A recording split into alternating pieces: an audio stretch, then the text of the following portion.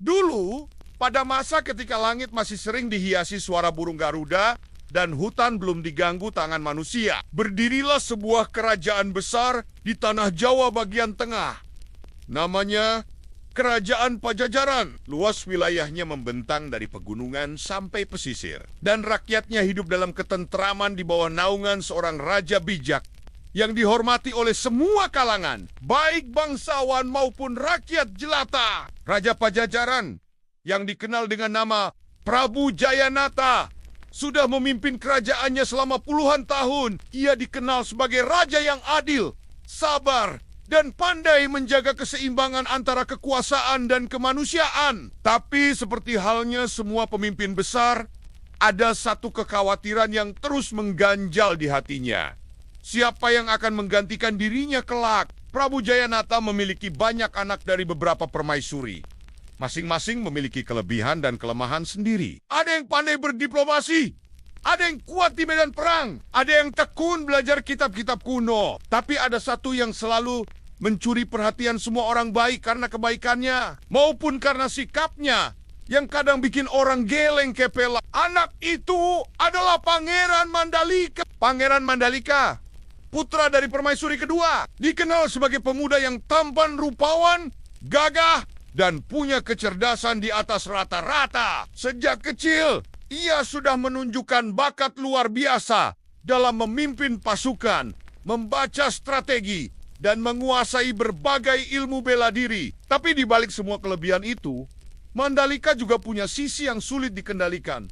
Keras kepala, emosian, dan terlalu percaya diri. Ia sering merasa lebih tahu dari siapapun, bahkan kadang membantah para guru dan penasihat kerajaan. Mandalika bukan orang jahat. Sebenarnya, hatinya cukup lembut, terutama terhadap rakyat kecil. Ia suka turun langsung ke pasar, ngobrol sama pedagang, bantu petani, dan pernah juga menyamar sebagai rakyat biasa cuma untuk tahu gimana kehidupan di luar tembok istana. Tapi sayangnya, sifat keras kepalanya sering membuatnya berselisih dengan saudara-saudaranya. Apalagi kalau sudah bicara soal tahta. Di istana, para pangeran dan putri mulai menunjukkan minat terhadap posisi raja selanjutnya. Diskusi tentang pewaris tahta mulai jadi bahan bisik-bisik para bangsawan. Masing-masing menganggap dirinya atau anaknya paling pantas menggantikan Prabu Jayanata. Mandalika dengan keyakinannya sendiri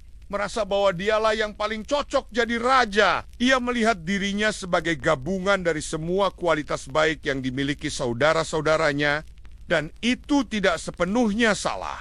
Tapi cara Mandalika menyampaikan pendapatnya sering menyinggung perasaan orang lain.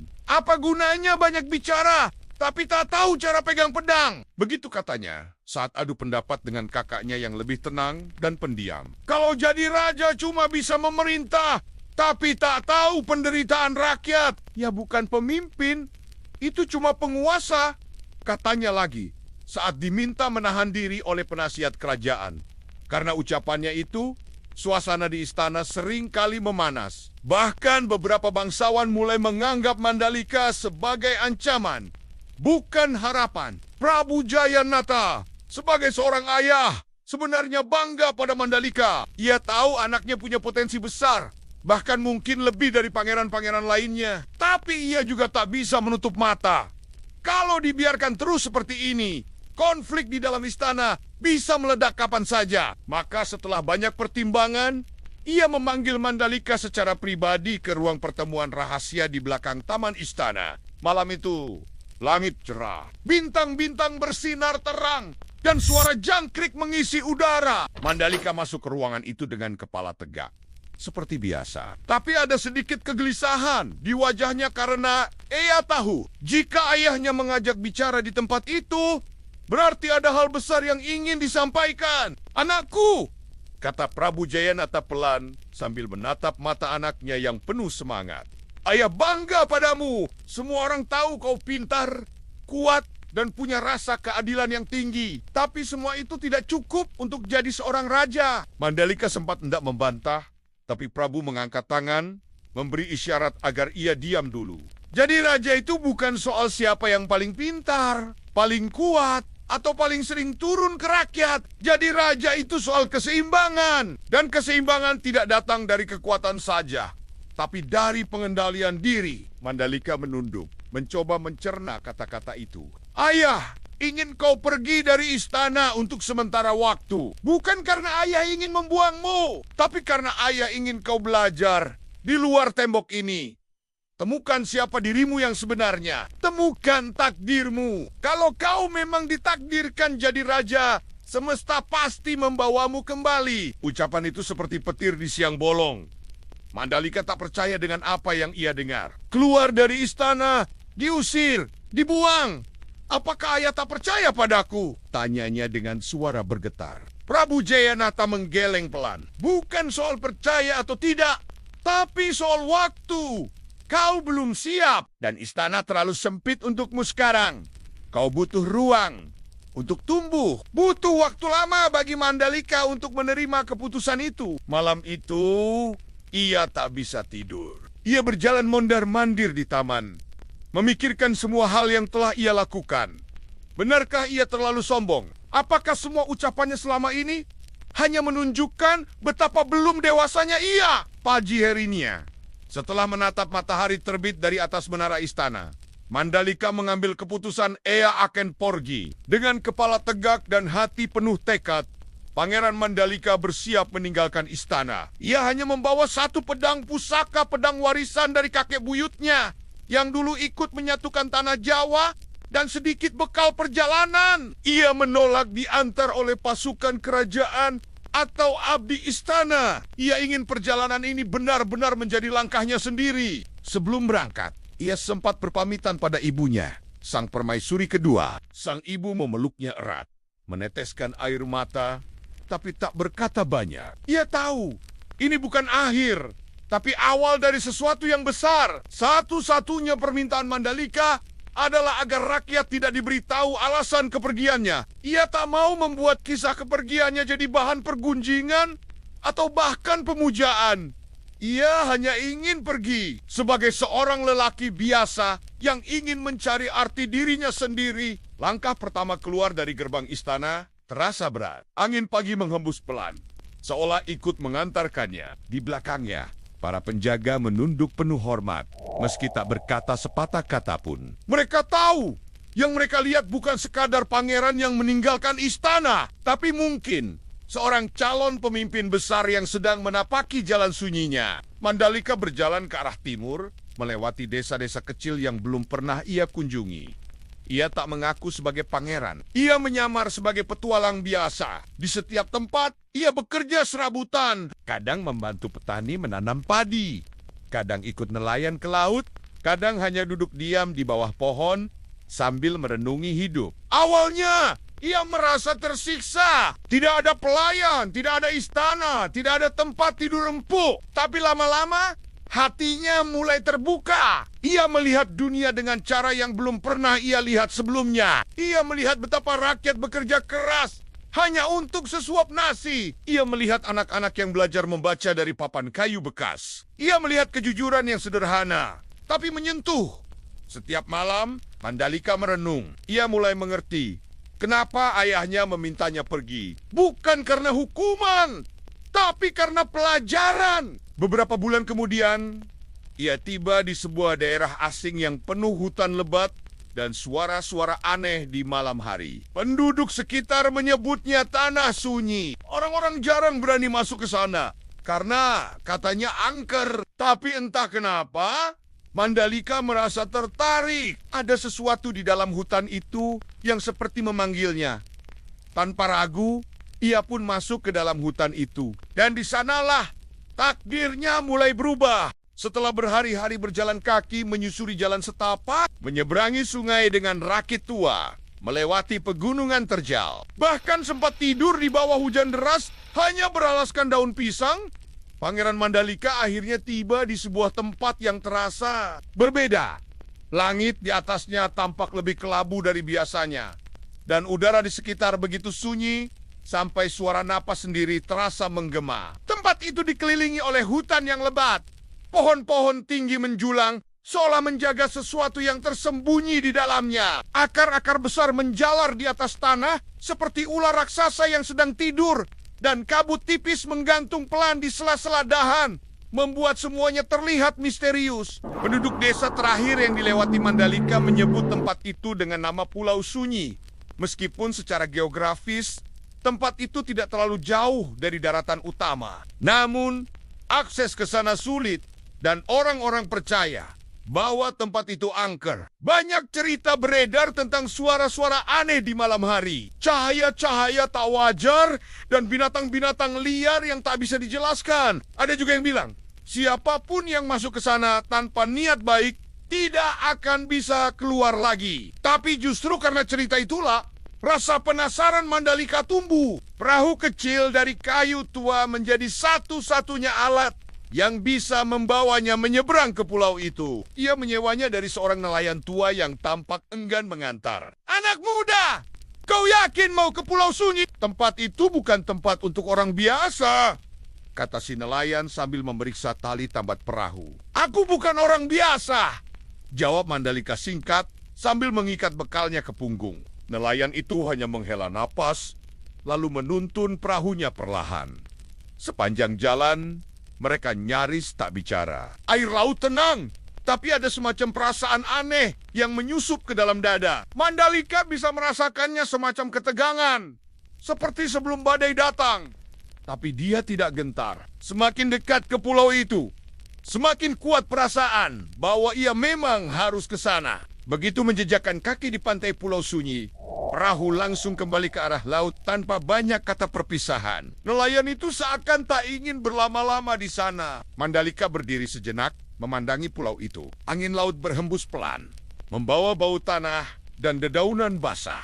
Ia berjalan masuk ke dalam hutan, menuruni jalan setapak yang hampir tertutup rumput liar. Hari pertama di pulau itu benar-benar sunyi. Tak ada suara manusia. Tak ada jejak pemukiman, hanya gemerisik angin dan dedaunan yang sesekali bergoyang. Ia tidur di bawah pohon besar, hanya ditemani cahaya bulan yang terhalang awan. Tapi anehnya, meskipun sepi dan gelap, ia tidak merasa takut. Ada ketenangan yang sulit dijelaskan. Pada hari ketiga, saat sedang mencari air di sungai kecil, Mandalika bertemu seseorang. Seorang lelaki tua, berjenggot putih panjang, mengenakan jubah dari kain lusuh berwarna coklat tanah. Wajahnya tenang, matanya tajam, tapi penuh kedamaian. Ia berdiri di seberang sungai sambil memandang Mandalika dengan senyum kecil. "Akhirnya kau datang juga," kata si tua itu. Suaranya pelan tapi menggema sampai ke dada. Mandalika menatapnya dengan waspada. "Siapa kau?" "Aku hanya seorang penjaga. Namaku Banyu Langit. Orang-orang menyebutku Pertapa. Padahal aku hanya seseorang yang menjaga keseimbangan di tempat ini. Bagaimana kau tahu aku akan datang? Angin sudah membisikkannya sejak sebulan lalu." Mandalika sempat mengerutkan kening, tidak sepenuhnya percaya. Tapi ada sesuatu dalam sorot mata orang tua itu yang membuatnya tidak berani meremehkan. "Kalau kau memang ditakdirkan untuk berada di sini," lanjut Banyu Langit, "kau tak akan bisa keluar sebelum waktunya." Pulau ini menyimpan lebih banyak pelajaran daripada 1000 kitab. Mandalika tak banyak bicara lagi. Ia memutuskan mengikuti Banyu Langit. Pria tua itu berjalan santai menembus hutan tanpa ragu, seolah sudah mengenal setiap batang pohon di sana. Mereka akhirnya sampai di sebuah pondok kayu sederhana di tengah hutan, berdiri di samping kolam kecil yang jernih. Disinilah Mandalika akan tinggal untuk beberapa waktu ke depan. Meskipun ia sendiri belum tahu berapa lama. Hari-hari berikutnya di pulau itu terasa lambat. Tapi dalam Mandalika tak langsung belajar hal-hal besar seperti ia bayangkan. Tidak ada jurus rahasia. Tidak ada ajian gaib. Tidak ada latihan pedang sejak pagi sampai malam. Sebaliknya, Banyu Langit menyuruhnya bangun sebelum fajar, duduk diam di samping kolam, dan hanya mengamati air yang mengalir. "Lihat alirannya," kata Banyu Langit. "Tenang, lembut, tapi bisa membelah batu. Itulah kekuatan." Sebenarnya, setiap pagi Mandalika duduk berjam-jam hanya untuk melihat air. Awalnya ia kesal. Ia merasa buang-buang waktu. Tapi, lambat laun, Pikirannya mulai terbuka. Ia mulai bisa mendengar suara alam, bukan sekadar suara binatang atau angin, tapi suara yang lebih dalam. Seperti bisikan semesta yang selama ini tak pernah ia dengar karena terlalu banyak bicara, terlalu banyak membantah, terlalu sibuk ingin menang. Siang hari, Banyulangit mengajaknya berkeliling pulau. Mereka mencari tanaman obat, membersihkan jalur hutan dari ranting-ranting tajam, bahkan memberi makan rusa liar yang datang mendekat tanpa takut. Mandalika mulai memahami satu hal. Tempat itu bukan hanya sunyi, tapi juga hidup. Setiap makhluk, setiap batu, setiap tetes embun punya tempatnya masing-masing. Semua bergerak dengan irama yang tenang dan seimbang. Suatu malam, saat mereka duduk di depan api unggun, Mandalika bertanya, "Apa benar kau bisa bicara dengan angin?" Banyulangit tertawa kecil. "Bukan bicara, hanya mendengar. Mendengar apa-apapun yang mereka mau sampaikan. Angin membawa pesan. Hanya saja kita sering terlalu sibuk dengan suara sendiri sampai tak bisa mendengarnya." Malam itu Mandalika tidur dengan banyak pikiran. Ia mulai merasakan perubahan dalam dirinya. Dulu, ia selalu ingin bicara paling keras, paling benar, paling didengar. Tapi di pulau itu, tak ada yang perlu didengar selain dirinya sendiri dan alam sekitar. Hari demi hari, pelajaran terus datang dalam bentuk yang tidak biasa. Kadang dalam bentuk hujan deras, yang membuat mereka harus diam semalam suntuk di dalam gua. Kadang dalam bentuk seekor burung yang terluka, dan mereka harus merawatnya sampai bisa terbang lagi. Kadang dalam bentuk mimpi-mimpi aneh yang penuh simbol dan pesan-pesan samar. Tapi semua itu Mandalika jalani dengan hati yang mulai terbuka. Satu hal yang paling membuatnya takjub adalah bagaimana pulau itu berubah perlahan. Awalnya, semuanya terasa suram. Tapi seiring waktu, warna-warna mulai muncul. Bunga-bunga langka bermekaran di tempat yang dulu hanya ditumbuhi semak belukar. Burung-burung eksotis datang dan bersarang tanpa takut. Rusa, kijang, bahkan harimau hutan muncul tapi tidak menyerang. Seolah tahu bahwa tempat itu kini aman. Mandalika ikut menjaga semuanya. Ia bersihkan jalur air, ia rawat tanaman, ia perbaiki pondok-pondok kecil yang digunakan hewan-hewan untuk berteduh. Banyulangit sering berkata, "Pulau ini adalah cermin dirimu. Semakin kau jernih, semakin terang tempat ini." Dan Mandalika percaya. Ia mulai melihat pantulan dirinya dalam setiap hal. Dalam dedaunan yang gugur, dalam air kolam yang tenang, dalam senyap malam yang tak lagi membuatnya takut. Ia mulai memahami, kekuatan sejati bukan berasal dari kemampuan menguasai orang lain, tapi dari kemampuan menguasai diri sendiri. Satu hari, setelah berbulan-bulan di pulau itu, Mandalika duduk sendirian di atas batu besar menghadap laut. Angin berhembus lembut, membawa aroma asin dan dingin. Ia menatap jauh ke cakrawala dan bertanya dalam hati, apakah ini semua memang bagian dari takdirnya? Ia tidak lagi merasa terburu-buru ingin kembali ke istana.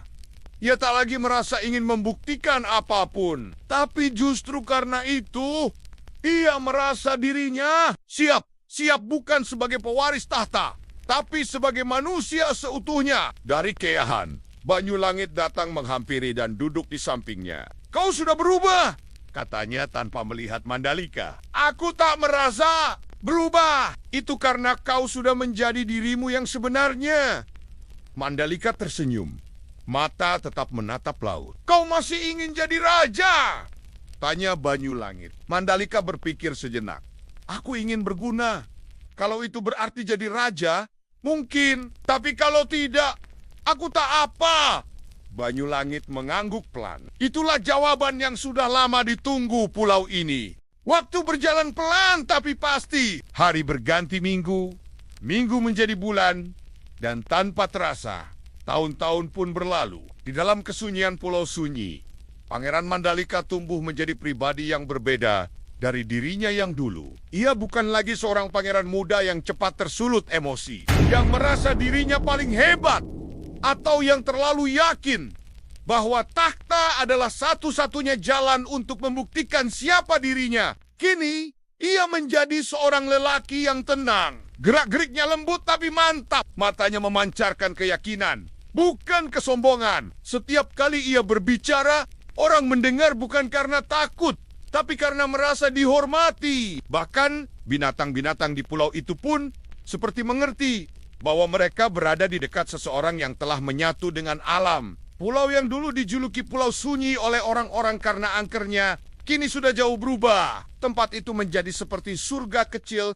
yang tersembunyi di ujung peradaban. Tumbuhan langka tumbuh dengan subur. Mata air yang dulunya hanya satu, kini memancar di berbagai titik. Hutan tak lagi terasa menyeramkan, malah menjadi rumah yang ramah bagi hewan-hewan yang sebelumnya sulit ditemukan. Burung-burung berwarna-warni beterbangan di atas pepohonan tinggi. Rusa, kijang, dan bahkan harimau hutan sering terlihat berjalan dengan tenang, tanpa merasa terganggu atau terganggu. Semuanya hidup berdampingan dalam harmoni.